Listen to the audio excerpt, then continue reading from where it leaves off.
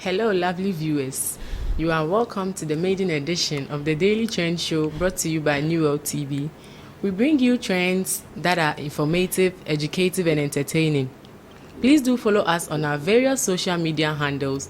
On Facebook, The Daily Trend Show at The Daily Trend TDT. On YouTube, the New World TV channel at The Daily Trend Playlist.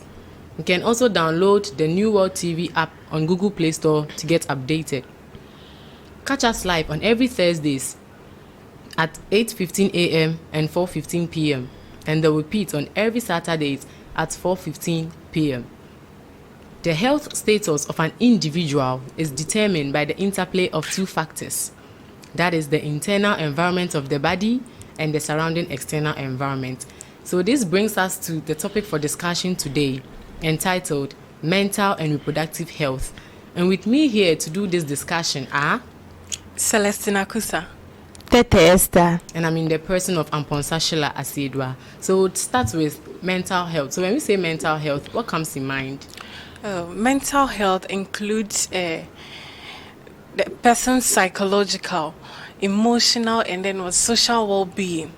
So these factors affect how a person think, feel, and then behave. Yeah. Okay, and also when we say mental health, it determines how we handle stress, how we relate with others, and also how we take healthy choices in relation to our mental health. Yeah. So I can add that mental health is not just the mere absence of mental health disorder. It exists on a continuum. It ranges from persons to persons and from ages to ages. And its complexity comes out as a result of social and clinical outcomes. Okay, Yeah. so to add up to what she said, the fact that you are physically fit doesn't mean you are also mentally fit. Yeah, Exactly. stable, yeah. So Because there are certain diseases which are within, which we cannot see within. unless you are being diagnosed before you can know Yes. that you are really suffering from these mental conditions. So being physically fit doesn't mean that someone is mentally stable. Yes. Yeah. Okay, so we would like to show a little video. Yeah. Before we begin, we'd like to add a quick warning discussion. This video discusses mental illness, including eating disorders and PTSD. What is mental illness? According to National Alliance on Mental Illness, it's defined as a condition that affects a person's thinking, feeling, or mood for a sustained period of time that negatively impacts them. 10 of the most common types of mental illnesses. 1. Anxiety disorders. 2. Personality disorders. 3. Attention deficit hyperactivity disorder. 4. Post-traumatic stress disorder. 5. Depression.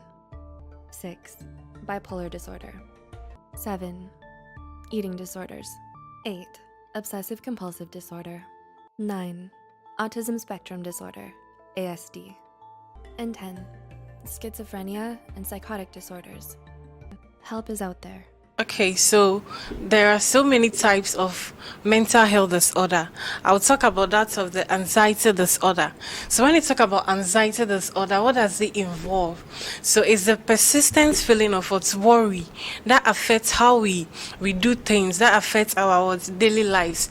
So this worry is not a day in, day out worry that we go through as individuals. You see, at times we have little things that worry us. It doesn't mean you are mentally unstable.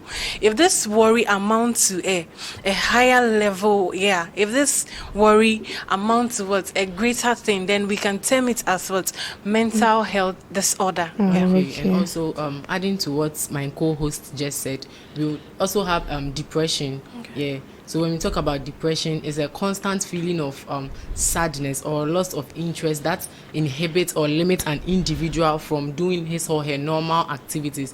That is to say, when you have depression, you tend to do things that are not said to be normal because you lose interest in doing such things.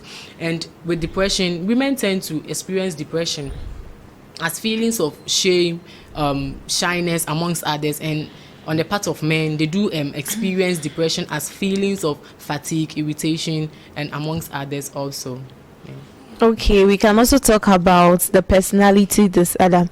And with this type of disorder is an unusual and a bad thinking habit of people. That is, they behave abnormally, an abnormal thinking pattern of people. They behave abnormally. Things we see as normal, they see it as abnormal, and they react aggressively.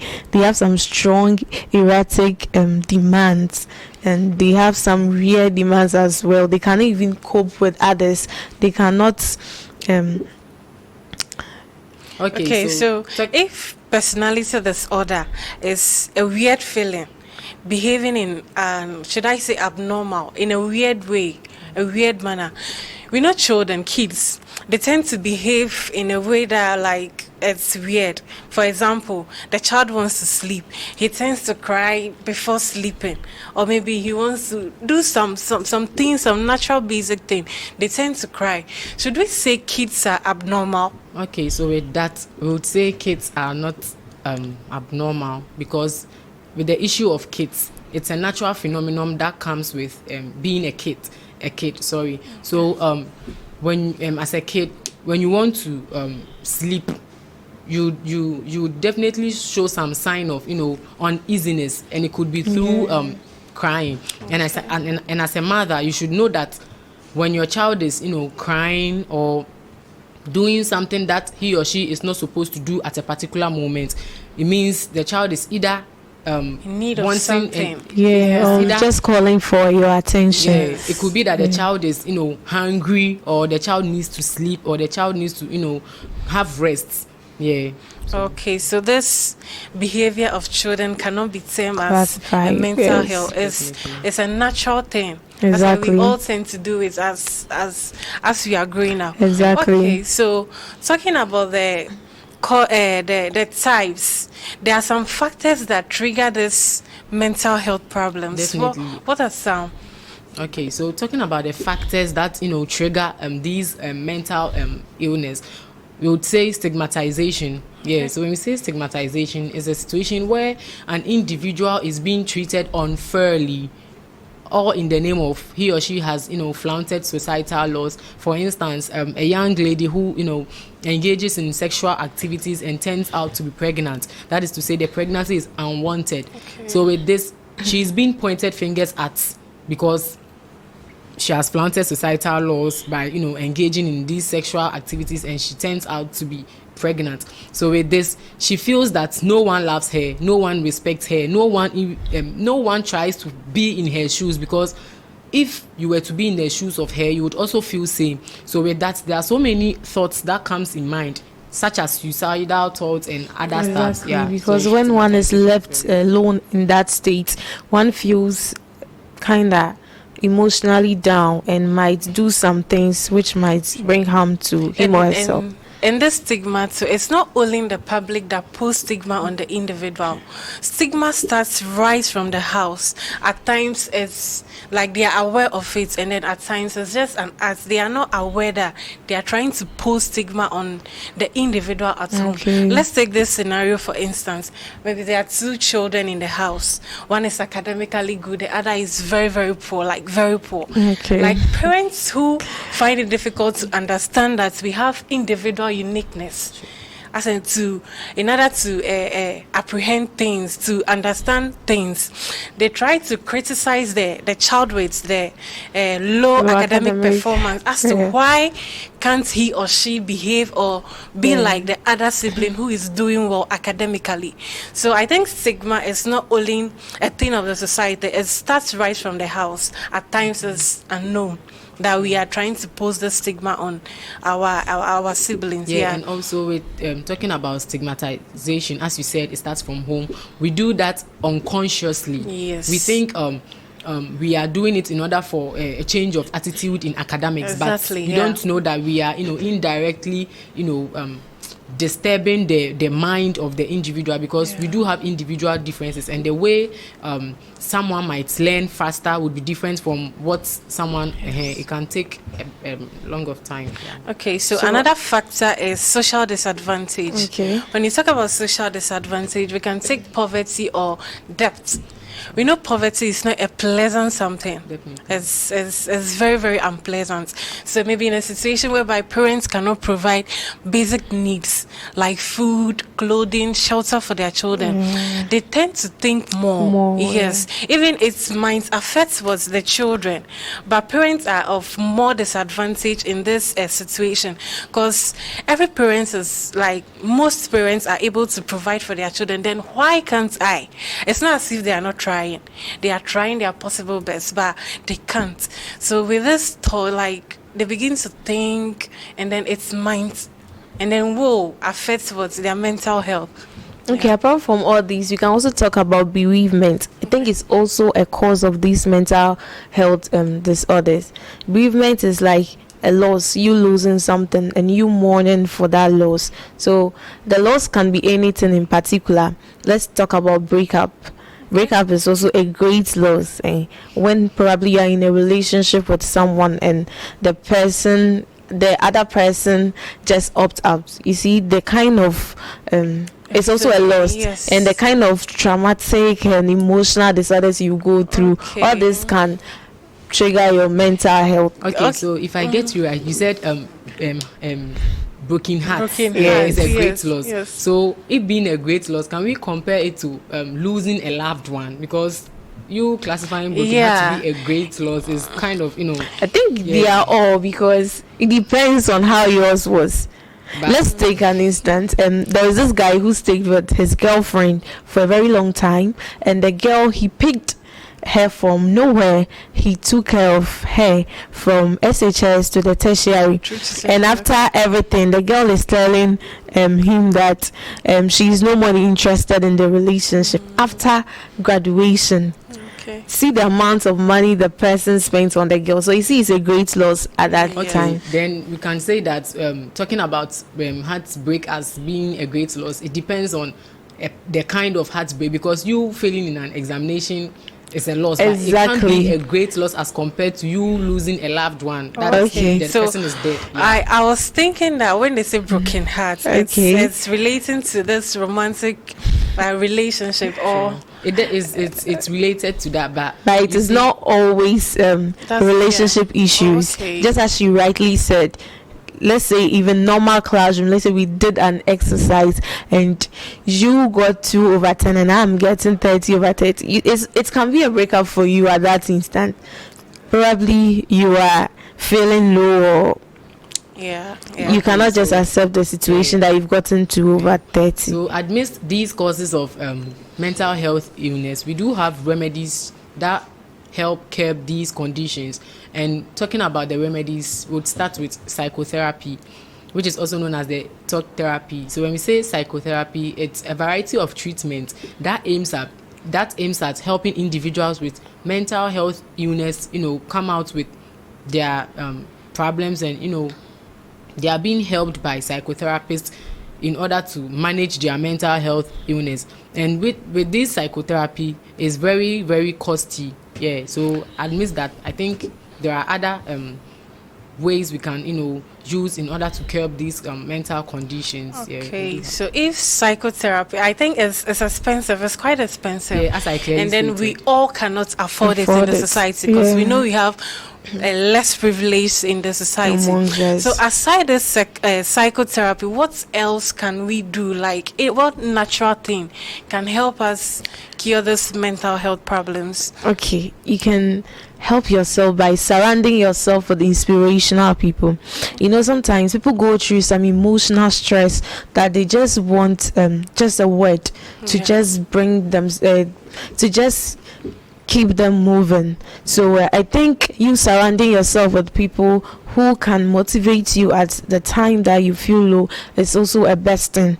And also talking about surrounding yourself with people, you can also subscribe to inspirational podcasts or subscribe to inspirational YouTube channels in order to get updated to whatever inspiration they put across. That would also help you manage and reclaim your mental health. Okay, so aside the psychotherapy and then what's being around positive people, I think exercise is also a solution. Yeah, exactly. Yeah. So we have different kind of exercises. We have yoga, we have meditation, jogging, and swimming.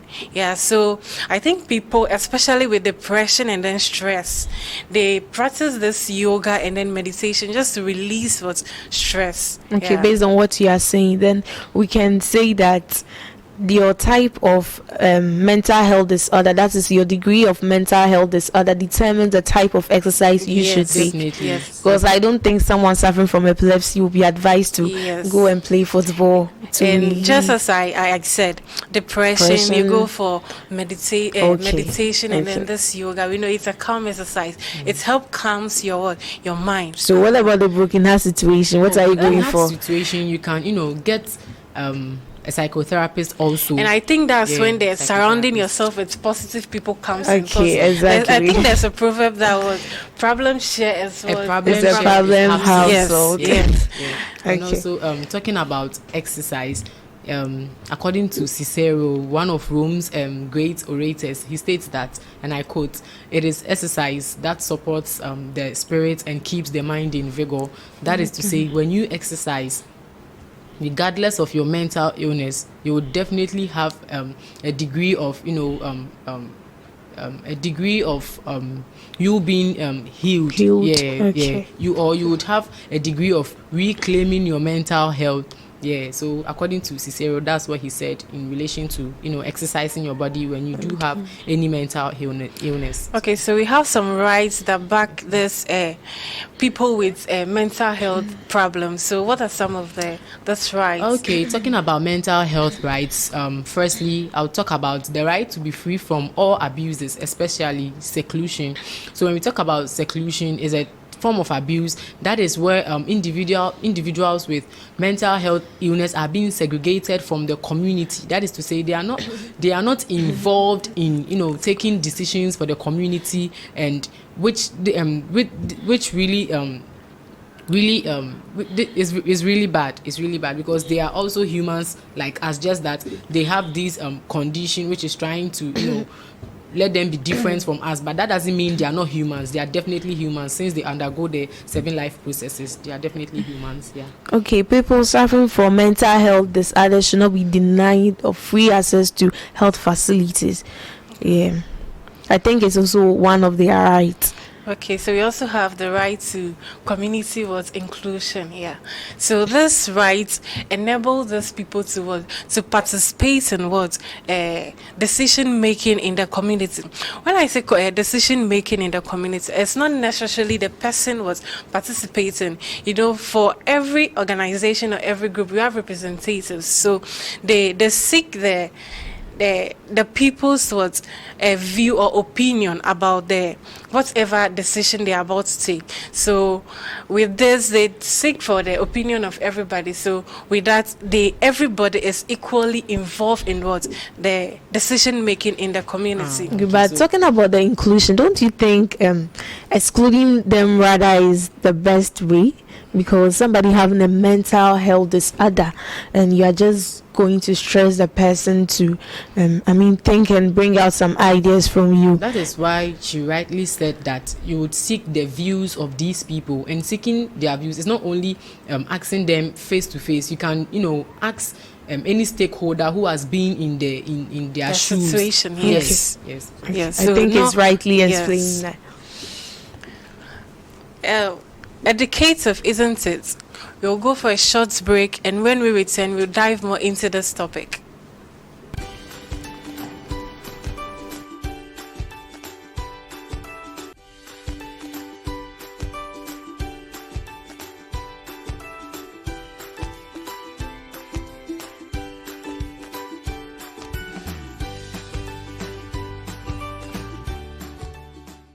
Welcome back. If you are just tuning in, this is the Daily Trend Talk Show, showing on the New World TV.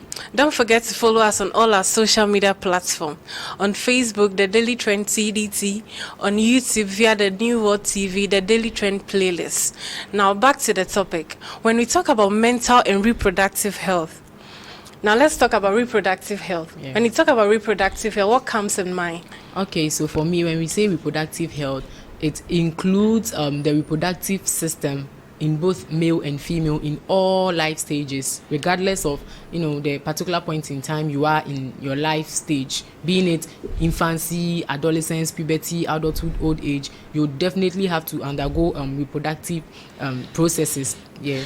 Okay, according to the World Health Organization, reproductive health is the state of complete physical, mental, and social well-being of all matters relating to the reproductive system, its functions, and its processes as well. So can we say a person that's physically fit is free from this reproductive related problem? No, we can't say that. We can't say that, because the fact that you are physically fit doesn't mean reproductively you are also fit, because the reproductive organs we have in our systems are even within. So whatever goes within us is not known until we are being diagnosed of a particular condition. So taking a condition like fibroid, 8% of women are having that particular condition, and before it can be realized, unless it has been manifested. And then aside this 80% that you're talking about, it's not all of them that shows the physical symptoms. Exactly. Yes, it's only few,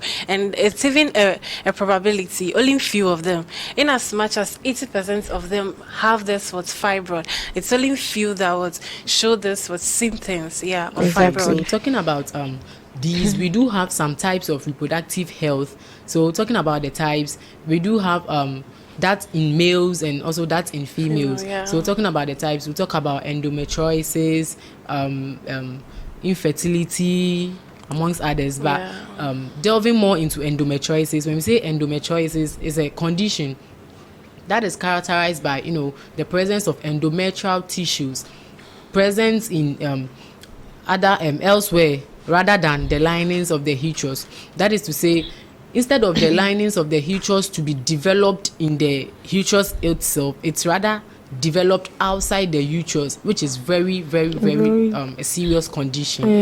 It's very serious. I think a different condition is also the cervical cancer. Okay.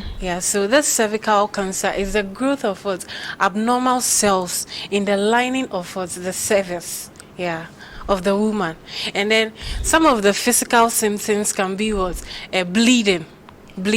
So at times some of them misquote or assume this bleeding as their monthly flow, like their menstruation, but no, it's a reproductive related illness. Diseases. And then we also have another symptom can be discharge coming from their genital. So those are some of the symptoms of this cervical cancer, which is a reproductive health disorder. Another condition is the perineal cancer. And with the perineal cancer, it revolves around the penis. It's a serial cancerous diseases. I think even it affects the foreskin of the penis as well. And persons who are suffering from perineal cancer might have it's even their penis might have this reddish rash, and it might also be the tip of the penis sometimes gets swollen, and this is a very serious one. It's very serious because the kind of stage your penis gets into it's very, very awful.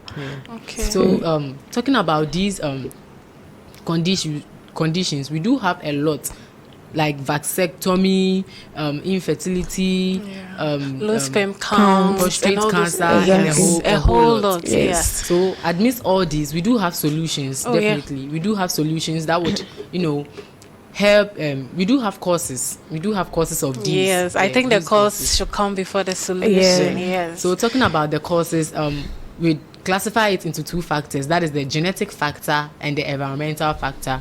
So we take the genetic factor, we talk about the abnormal production of hormones.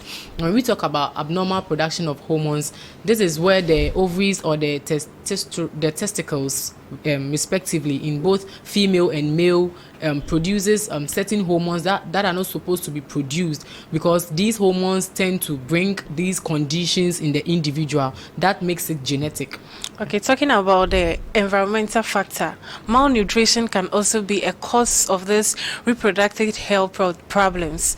So malnutrition, when you talk about nutrition, what's the definition? We can say that getting the adequate nutrients in our body also helps in the growth or the development of our reproductive organ. Okay, let me narrow it to that, the part of ladies. So we have foods that we can actually eat that will boost what their menstrual cycle. Yeah, I think another cause is also early marriages. This is when girls under age from 9, 10, 11 are being pushed into marriage. You know, in this kind of age, their pelvis are not well developed, so even after labor they might have some problems or conditions which can affect their fertility afterwards. Okay, amidst all these causes, we do have remedies, as we stated way back in mental health. Yeah. We do also have remedies in order to curb these conditions, and an example is surgery. Talking about surgery, a condition like penile cancer and endometriosis, an individual who has these conditions has to undergo surgery in order to reclaim his or her reproductive health. Otherwise, you would still live with this condition, and it might lead you to, sorry to say, your grave. Yeah. So another best way of curbing this is education. Education is actually the best way. This is because when people are being educated on their sexual rights and the way to take good care of themselves, how to eat good food and all these, I think it will help them to keep that place, their sexual places, very neat, in order not to get or contract any diseases. Okay, so on the issue of education, I believe that the home, especially parents, they are the right source or the right agents for this education. Exactly. They are to teach their children, this is what you should do at this stage of life, don't do this at this point in life. But what do we see in most homes, especially more African homes? Yes. They shy from saying sex to their parents. The parents rather shy mentioning sex to their kids. Yeah. They see it as diabolic. Meanwhile, that is not how it is. I think you telling your words about sex rather help them to know how their organs function, come to a self-awareness of themselves, and even help to keep themselves well as well. Still diving into reproductive health, and with this we'll talk about some reproductive health rights. These are the rights that help protect individuals with reproductive health illness or disorders. And starting, we'll talk about the right to be free from practices that harm women and girls precisely, and an example is the female genital mutilation. It is a very, very, very diabolic traditional practice, all in the name of keeping the woman's sexuality until marriage, and which is very, very, very bad. So talking about female genital mutilation also, UNICEF together with UNIFAP have these organization that they do annually celebrate the awareness of female genital mutilation in 6th February. That is the International Day of Zero Tolerance for Female Genital Mutilation, which was celebrated way back in 6th February this year, and this year was their 12th anniversary. Okay. So we also have the right to determine the number and then the spacing of our children. So couples, both the man and then the woman, it's a mutual understanding. They should all sit down, come to the understanding that this is the number of children we want to have, and then this should be the spacing. You see, in some families, it's actually the family that determine the children, the number of children for the couples to produce, and then how the spacing should be, especially on the side of the man's family. But there's a right. So to educate the individuals to know this right helps them to do what is right, to know to do, and then to determine how they want to produce their children. And even the right to choose whom you want to have sex with, and when you want to. They are all right. So basically, we've talked about the mental and reproductive health right. Per the WHO definition, we can say that the mental health affects the reproductive right and vice versa. That is, your poor mentality can affect your reproductive right. So there is the need for each and every one of us to be educated on our sexual rights as well as our mental rights. Parents, do not shy away of mentioning sex to your children. It will help them to create self-awareness and to also accept themselves. If you are just tuning in, don't worry. Follow us on all our social media handles. On Facebook, The Daily Trend at The Daily Trend TDT. On YouTube, The New World TV.